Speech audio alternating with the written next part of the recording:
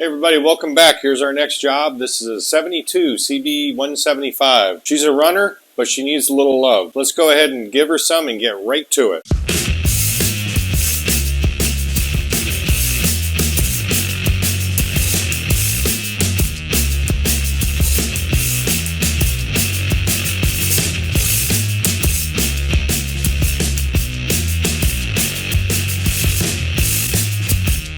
Alright folks, as I said, this is a 1972 Honda CB175 K6. That has about 8,300 miles on the clock. This is brought over by a new customer. The intention of him with this bike is to give his girlfriend a learner bike. And it's a nice little bike for that purpose. And then he wanted me to do a few things. As I said, it's a runner. We're not going to be doing any engine work as far as carburetor tuning or anything like that. But we do have some issues we have to deal with some other stuff. Let's go over it. Let me give you a walk around real quick on it. So, it's in really nice shape. I haven't pulled, lifted the seat off, rather. I think that's a hinge type to look underneath there. I think we'll do that later just to make sure. And here's the front end. It's in nice shape, overall. I did take it for a quick shake when he dropped it off. It runs okay. I can tell you the suspension is completely tanked. I don't think there's a drop of fork oil, or if there is, there's very little in the front. There's no dampening at all in the rear. For a learner bike, I'm not 100% sure if that's going to be terribly good for a new rider because of the handling, problems with that. But I don't know. Maybe we'll see it later for doing some suspension work and some fork work on it. We're going to go over parts for what I'm going to do on this job here shortly. So here's the left side. Like I said, she's in good shape. We got a little bit of oil leak up here, which is most likely these O-rings around the adjuster caps for the valves. So that's probably where that's coming from, because that's almost always the case. All right, let's go over the other side and I'll show you what we got to do, because mainly our work is going to be over there. Customer originally said that he had thought there was a problem in the clutch, and there actually may be, but he said when he tries to let the clutch out, it stalls. Now the problem mainly is up here. This throttle takes a tremendous amount of rotational force to get it to move at all. So it's all bound up. Now if you look up inside here, you can see that these cables are not installed properly. There's a crossover between the two halves of the tank. On this kind of vintage, that's what they did. They weren't connected otherwise by a hose. These are underneath that. They're pushing it down. I think it needs to run on top of that. And the cables are probably trashed. So we're going to be putting a new throttle cable on it. And we're going to be doing some other stuff like changing out the brake cable because we have a kit that has throttle cable or cables, whatever it is, clutch cable, that's what it was, and the front brake cable. So speaking of clutch, what we're going to do on this is, I talked to him about this, and the way the clutch pulls, the springs seem very weak. So if you're going to pull this off and replace the springs, you might as well replace the clutch friction. In this particular clutch, there's only there's 5 friction discs and 4 steel discs. So it's a pretty small clutch pack, as you might imagine from a 175. Another thing that I noticed on this was that some of these screws, and boy, do these bring back memories. Let me tell you what, folks. These screws are kind of butchered, especially down here, which leads me to believe that somebody took this cover off or tried to take it off while this exhaust was in place, which we're going to have to displace to do it right, because we're going to have to take the clutch cover off after we drain the oil, and then we're going to get in there and work on the clutch.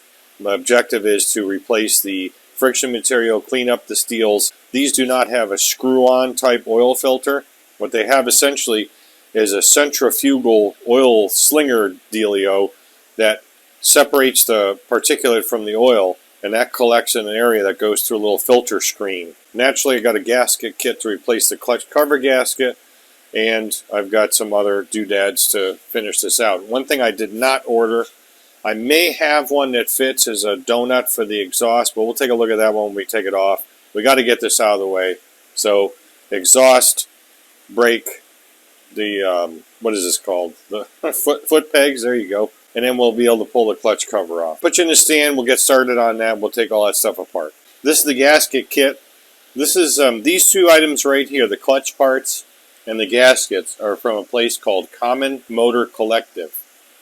And I mention that because in case you're doing it and you want to find the parts, that's a place to look. This here is all the cables. This came from 4into1.com. This is the intermediate kit because they didn't have the basic one. They were out of stock. And this was only 20 bucks more, so I got it. And I needed it, and so I got it. And this includes, of course, our clutch cover gasket. But we're also leaking around the, well, not so much on this one, maybe a little bit. This is a tachometer drive. On the other side where the points are, that cover, maybe it's behind here, I don't know which, is leaking. And those come with those as well. So we'll probably replace those. I'll probably end up doing that off camera. But, you know, it's just a gasket. But so that's another reason why I got this kit, because it had those gaskets in it. There's no steels for the clutch. You have to reuse these unless they're completely tanked, which I don't think they are, the way the clutch works right now. Stop moving. And so that's what we got. Ooh, stickers. I like stickers. We'll back off the rear brake here. I have a feeling that the brake friction material is pretty much toast as well. All right, the way the muffler holds on, of course, up by the engine, there's a pretty heavy bracket right here that's attached to the sub-bracket. Sub-bracket? Yeah, good English, good grammar.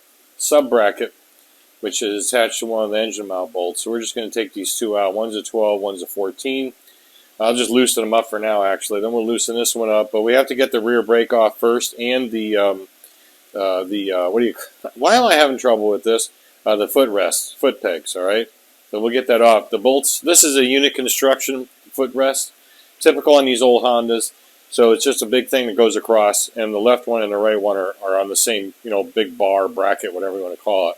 So I think those are either 12s or 14 underneath there. We'll get them out. We'll get the rear brake lever off, then we'll pull the exhaust. Now in this bike, we don't have to pull the brake lever in its entirety, but if you did, it's pretty simple. The pivot's right down in there. There's a welcome back cotter pin and a washer. You take that out, you can slide it off. But obviously we're out of the way here, so we'll just leave it there. Mainly that's why I disconnected it from the back, so it would swing down all the way. Now we can get this exhaust out as I described before. These guys here, on any bike, you be really careful with them. Because if they're seized and you snap off the stud, the surface of the head, you're in for a world of hurt. A lot of times Honda in particular will put a little dot on these shafts and shifter and the kickstart, that sort of thing. What you do is you line up a slot or something with that dot. You can tell it's a factory dot because it doesn't look like somebody kung fu'd it in there. There was no dot, so I just put a little punch so I knew where that went. Here's our oil plug for it. It's a big cap type. And inside here we do have a little sludge. A little sludge is okay because you're going to have, you know, some of that clutch material. If I suspect what is wrong is indeed wrong, you're going to have some clutch material that's degrading, and that's probably part of that. We're going to order one of these O-rings for it as well. So, like I said, as you go along, sometimes you have to, readjust your parts needs and fire the cannon again at it because you don't necessarily get a hit on the first shot. So there we go. All right, folks, now we're going to get this cover off here, and there's the same screws, except these are countersunk screws as the ones that hold the case in place. These are regular pan heads. I have this is part of my vessel tool set. It's a larger vessel, but it's an impact. I used to say that on here. What this is essentially an impact screwdriver designed for this kind of thing. It's only for loosening. What you do is you hold it in here and rotate it in the direction of loosening. What it'll do is it'll turn it slightly in that direction. Get these out and also shock it. But they are stuck usually. Boy, they are really tight. Let's try this one. This one's not working too well, folks. Plan B. We'll go old school with the old style one. They're not JIS Phillips type thing, but might be able to get enough of a purchase with it. Holy cow. Man, those are tight. Alright, tell you what we're going to do. Well, wait a minute. There it goes. There's one. Yeah, those are just seized. Wow. Yeah, this is what happens when you work on old shit. It just fights you a lot of times, you know. Last resort is, I got a pretty good bit that fits these in the impact. And if I put enough force on it, hold on to it, you might be able to get them off. There we go. That's one. There we go. Sometimes these work. Now, I'm going to order these too. We'll replace these. But normally I don't like to go to this right off the bat. It usually works, but the trouble is when it doesn't, you compromise the screw head. You can't do anything else. So I'd rather step up to it, work up to it. It is real easy to slip out on this thing. And next thing you know, you got to do something else with it. So yeah, we'll replace those two. I'm assuming these are available OEM, but that's pretty chewed up, but they were before as well. We'll fix that. Yeah, there's an O-ring. All right, so we got this off, and 2 O-rings come out. I'm not really sure why there's 2 O-rings in here, but you know what? We're going to take a look at that in the parts fish and see what we got. I think this is part of the oil filtering, if I'm not mistaken. This guy right there. I got to look at it into the service manual. But, yeah, I think this is the slinger for the oil filter. When we get it off, we'll know for sure. Good.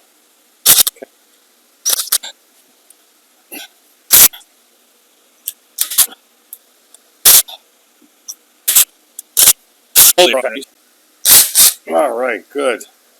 Why am I holding this in my hand? Well, I'm holding it in my hand because there may be different lengths here. I'm just bringing that up while I take them out.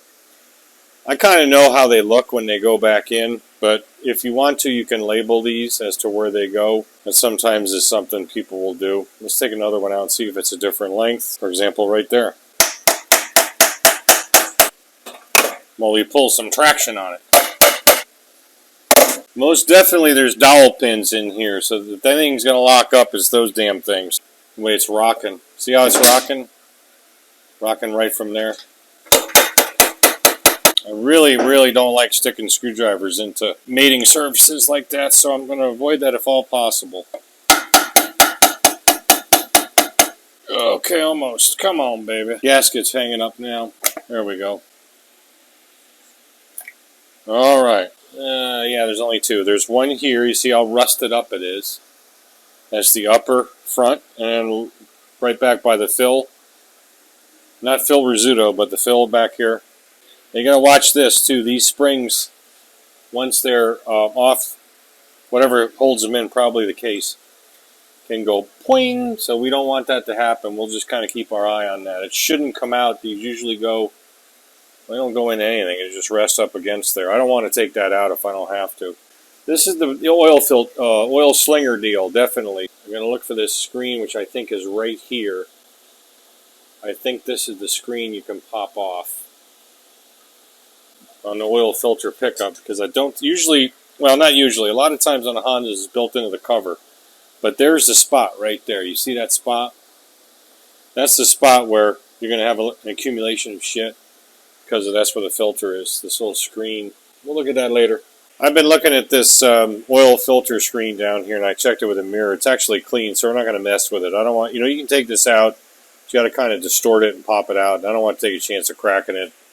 I'm not going to make work. If that's fine, if it's working, then we're going to leave it. But this is definitely the slinger. It slings it around, and this is part of it too. There is 2 O-rings in here. I'm not 100% sure of the lubrication system operation, but I guess it's a moot point anyway. It's obviously lubricating itself, so let's not complicate things. We came in here to deal with the clutch, so let's go ahead and deal with the clutch. So there's 4 of these bolts in here. They're 10mm heads. We'll whack those off, and then we'll take the clutch out. There's springs right behind them. We're not going to have to take the basket out or anything on this. We just need to take the clutch components themselves out underneath that cover, and then that's it. Got the retainer and the bolts and the springs out. Here's a clutch spring. There is a free length standard on it, in other words, uncompressed. The service manual says it can't be any less than 1.192 imperial, and so when we mic these up with the caliper, it's about 1.120. So these are under, which we suspected, so that's why they felt weak. Because they are weak, so that's that. Let's take a look at a new one. Now watch it be the same. Story of my life. These are coming up about 1.155, so sometimes the service manual lies to you, sometimes it's right, but they're definitely longer than the other ones. Certainly stiffer. We're going to replace them. You can feel the difference. You squeeze that one, and squeeze that one. They're definitely stiffer. Can't always go off of the actual numbers, but it gives you an idea. But yeah, there you go. Here's the first friction and the first steel. Clutch discs, they call them. These look in nice shape. These are actually above the minimum. Both actually are well above the minimum. We're going to reuse those, but doesn't mean that these are going to last very long. You can kind of feel it when you rub your finger across it. You feel a little grit coming off of them. I can feel that. You can see a little black specks. That's because they start to break down. These may be the originals, they may not be, I don't know. So that's the main reason why I replace them. I've never found one that was below the thickness. but I always find them when they're fragmenting like this, little pieces coming off. Now when you take these steels out, you want to pay attention to, there's a rounded edge and a sharp edge. Sometimes the service manual will tell you which way to do that. Sometimes they won't. The thing I always do is I put them back in the same orientation they came out, or at least the same orientation between the discs. In other words, the sharp edge out or the sharp edge in. They have it with the sharp edge out, so that's the way we'll do it. The inner is completely different, so you have to make sure you get the orientation on that. Obviously, that's the back side. We don't want this facing out. We want that facing out. All right, the clutch back is back in. New springs. What I do is I put each, what you're supposed to do is you soak the friction discs in oil. Some guys say overnight. I give it about a half an hour. I've never had a problem with that. You just soak them up and then put a generous amount of oil, like dip them back in when you take them out. If you take them out and lay them down, you know, you just want to keep them really oiled. The steels too. Put them back in and you're good. You just don't want to assemble a dry clutch. I've done it this way many, many, many times, so I'm not going to worry about it. But yeah, so we're good there. Clutch action is good. Had to back off the adjustment when I put these in because, of course, these are just a skosh thicker than the old ones, which is a good sign. That means, you know, we got full clutch pack thickness now, and it works great. So now we're going to pause everything. We got to order some more parts like that seal. I'm going to order 2 exhaust gaskets over there. I'm going to actually probably replace both of them just in case. Might as well if we're in here. And then we'll get whatever else we need to button this thing up. We're going to get all that stuff ordered. They are available OEM. I checked on the parts fish, so, you know, because Honda used a lot of these seals and O-rings and about a jillion other things. So cover this up nice for the next couple of days. We'll get those parts in. But in the meantime, while we're waiting on those, we'll keep it covered, but we'll work on the cables. We'll get all that done. But that'll be another day. I'm not going to film a whole lot of the cable deal because it's just cables, but I'll show you what it's doing now as far as how poor it is, and then we'll kind of replace stuff and then show you what it looks like when we're done. You know, this throttle in particular is it is super tight. I think I may have to pull the tank for that, but I'm not 100% sure, depending on how it runs or how it's supposed to run.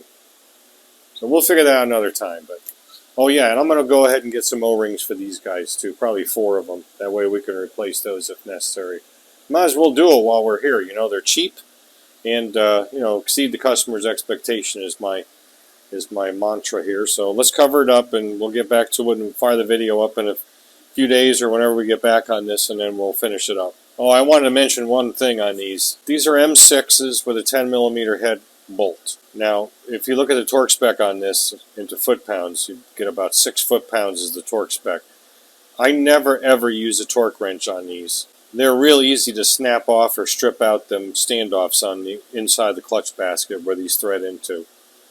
I just know how tight to get them because I have had nightmares with these things in the past with a torque wrench, with an inch-pound torque wrench. So you figure, you know, you look up the inch-pounds and do it to that.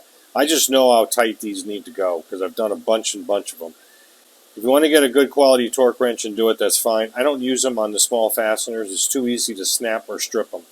So I just want to mention that. That's how I do it, at least.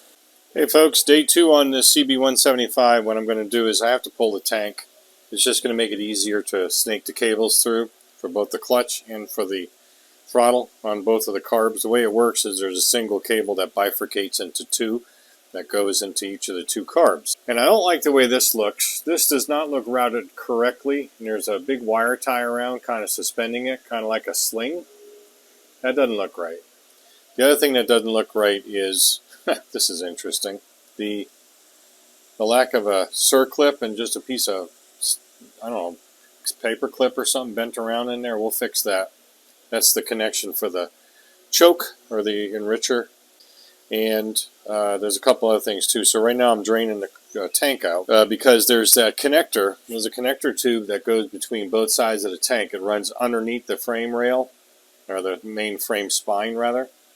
And so naturally I can't pull the tank without disconnecting that. Even after we drain it, since that hose is the lowest part, it's going to leak a little bit, but it's better than spewing fuel everywhere. Another problem too is with the battery. Now I have it out now. It's right down here on the lift. Battery is too tall for this spot. and it's hitting the seat. I mean, significantly hitting the seat. So you can get it to latch, but you have to really press it. What ends up happening, the seat gets distorted because it goes down this way. So it kind of flexes up this way. Now, it wasn't terribly visible because what had happened was the rear rubber, they call it a cushion, Honda calls it a cushion, is failed. As you can see, we're going to go ahead and get a new one of those coming, or aftermarket reproduction actually. And the tank had slid backwards. So I pushed it forward now, but these holders for the front cushions were actually almost all the way off the round front cushions. So that was kind of masking that, because otherwise you really see that angled gap. So I've reached out to the customer to see what he wants to do about that, and we're going to go ahead and replace the battery if he so authorizes. Alright, you see with the tank off, it just exposes everything. So here's one throttle cable, here's where it bifurcates into two. I'm going to go ahead and see if I can find the cable and routing diagram in the service manual, make sure this is all routed correctly, you know, to duplicate whatever Mr. Honda wanted at that time in 1972. This does not look right. I mean, of course, this part right here is stiffer than Peter North on a good night, and, you know, bottom line is I'm not sure if this is supposed to go above it or below. I'm going to have to look at that too. I would think that this would ride below, but it's so stiff it may be where it's supposed to go. I don't know. But alright, so I'm going to take a look at that, see how this goes. First thing, I'm going to replace the clutch cable because, you know, it is just really binding up. You can tell. See how much that cable is reacting to the force? Okay, that's not the clutch, that's the cable. You see it's dragging the cable itself and flexing it into a direction opposite of the pole motion, so it's just moving it that way. So yeah, we gotta take care of that. But we'll do that now. Anyway, I'll get that done. Come back. Alrighty folks, Ichabod says it's time to end the CB175 video. He says it's been going on long enough and that I should be ashamed of myself. Okay, yeah, so this job is basically done, but the only thing I'm waiting on one thing is the rubber that holds the tank, and I kind of repaired the old one just to take it for a test ride. I can't do that now. I didn't film it, and I was thinking about doing it, you know, for this video ending, but it's raining pretty hard, and we got a lot of water, standing water, which we always have, and I don't want to get this thing all full of that shell water mix garbage. So alright, so that's what I'm waiting on. Now everything else is done. So remember, the customer's complaints were the throttle cable was really tight, the clutch may be suspect, the clutch springs are most likely weak, and he said that the carburetors were fine and it ran fine, and it did run okay, but I did end up having to do some carburetor work. More on that in a minute. Now I can't remember if I mentioned it or not, so I'll mention it again and just edit this out for redundancy if I haven't. Spark plug holes were apparently stripped out by somebody, and they used a helicoil type kit to re-thread those, put a replacement thread in, 14 millimeter. Didn't do a very good job. They're kind of wobbly when you put a plug in. There were auto-light plugs in here, which are garbage, so I put NGKs in today. The threads are no good. Now the customer does not want that repaired. He said this is, again, just to have his girlfriend learn on, and once she moves up to a bigger bike, he's going to get rid of this one. And I don't know when that'll be. Maybe I'll let you know, maybe I won't. Anyway, now what I did find was on number one, I guess that's number one, the left cylinder, number one, they must have had the engine in number one top dead center when they did that repair. Because if you look in the spark plug hole, and I got a photo, hopefully it's clear enough for you to see, threads for the tap for the helicoil or helicoil, whatever the hell it is, went in and actually hit the top of the pistons. That's not really good. You get hot spots from that. It's just overall crappy job. And who knows, aluminum shavings, whatever the hell, I don't know. This side's okay, so it must have been at bottom dead center, so number one must have been up. You know, I don't know why somebody wouldn't think about bringing them both halfway down and doing a repair like that, even though I would never do that. I'd take the head off and do it right, but that's just me. Plugs are in. And it runs fine. I ended up doing some carburetor work though to make it run fine. See, the problem is I hooked it up to fuel before I put the tank on, and the carbs overflowed. So these are just clipped on. They come off real easy, but you slip them forward and boom, just comes right off. But I just took them off. They're really easy to come off. So I put them on the bench, and turns out that the floats were misadjusted. There's two adjustments on this float really. There's an adjustment for its maximum drop. Usually the float bowl itself will will be the you know, the limit for that. But on these particular ones, the floats can go pretty low. And what was happening, I think, was when it goes down that low, the float valve was getting cattywampus in the bore of the float seat, and it was jamming it up. Because when I took the float bowl off, that's what it was doing on the other carb. So there's two tangs on the float, one to adjust the float height and one to limit the drop. So I adjusted both of those. The float heights were absolutely off. They were too high, and I got that dialed in. I'm not 100% happy with the float bowl gaskets, especially on this one. It's holding, but there's a little tear in it. I did order some to have them in stock. I'm going to tell the customer, look, it's holding, but if it starts to drip, bring it back. We'll just put it in there, just charge them a couple bucks for the gasket, and that'll be it, because it's really easy to get at. I just don't have them, but I'm going to put them in stock, you know. So we got that done. So I ended up doing some carb work on it. Didn't have to do any ignition work. I didn't have to do anything like that, except, you know, the spark plugs, like I said. Well, you know, I fixed a couple of wires. That's about it. Put the battery in, the customer provided, so that's good. There was a wrong size fuse. I corrected that. And, of course, all the new cables. The throttle works great. The clutch works great. Everything's adjusted upright. Clutch is all greased inside here and adjusted. There's a little grease nipple for it here. And that's all done. And I just corrected a bunch of little stuff that I'm just not going to beat this to death with, you know, as far as the video goes. But I did a lot of little things like I normally do to correct, you know, certain problems. So, but the main issue, of course, is the spark plug holes, the damage to the top of number one piston, and, you know, that'll be about it. And the suspension. The suspension is definitely trashed. So, but he knows that. He doesn't want to do anything with it, so that's the way it's going to be. Now, he doesn't know about the piston, but he's not going to tell me to fix it now. So, I will show him the photo, then I'm going to show you guys, and then we'll, you know, he can figure it out if he wants to do something later on. Oh yeah, one last thing. What I ended up doing was, while the tank was off, I wanted to replace the O-rings on these caps for the adjusters, because especially the ones on the exhaust side were leaking. So I ordered those and got them in yesterday. So I popped the caps off this morning, and I said, well, what the hell, I'll just do a valve clearance check on it, which is pretty easy to do with a kickstart bike. You don't have to take any side cover off to bar it over by hand. Take the spark plugs out. You can move it around the Kickstarter. Just watch the intake valve open. Well, in this case, it's open and then close. And then just watch the piston come up. When you're a TDC, you do the valve adjustment. The left cylinder, number one cylinder, the intake was slightly loose and the exhaust was perfect. On this cylinder, the intake you could have driven a Mack truck through, and the exhaust, 2 Mack trucks. Well, not really, but they were really, really big. So I got those down, and both intake and exhaust are 2000s Imperial on this. So I wouldn't be surprised. I didn't check it, but I wouldn't be surprised if this was like 10 or 12, and that was like 15 or 16 thousandths, or maybe even 20. It had a lot of play. Got that corrected as well. It runs real well. And I'm going to show you how it runs here in a second. Can't take it for a ride, as I said, because it's all mushy out there. Okay, neutral, yeah. Let's just tap the starter. Ooh, nice. Oh, not nice. Let's try that again. Make sure the fuel's on this time.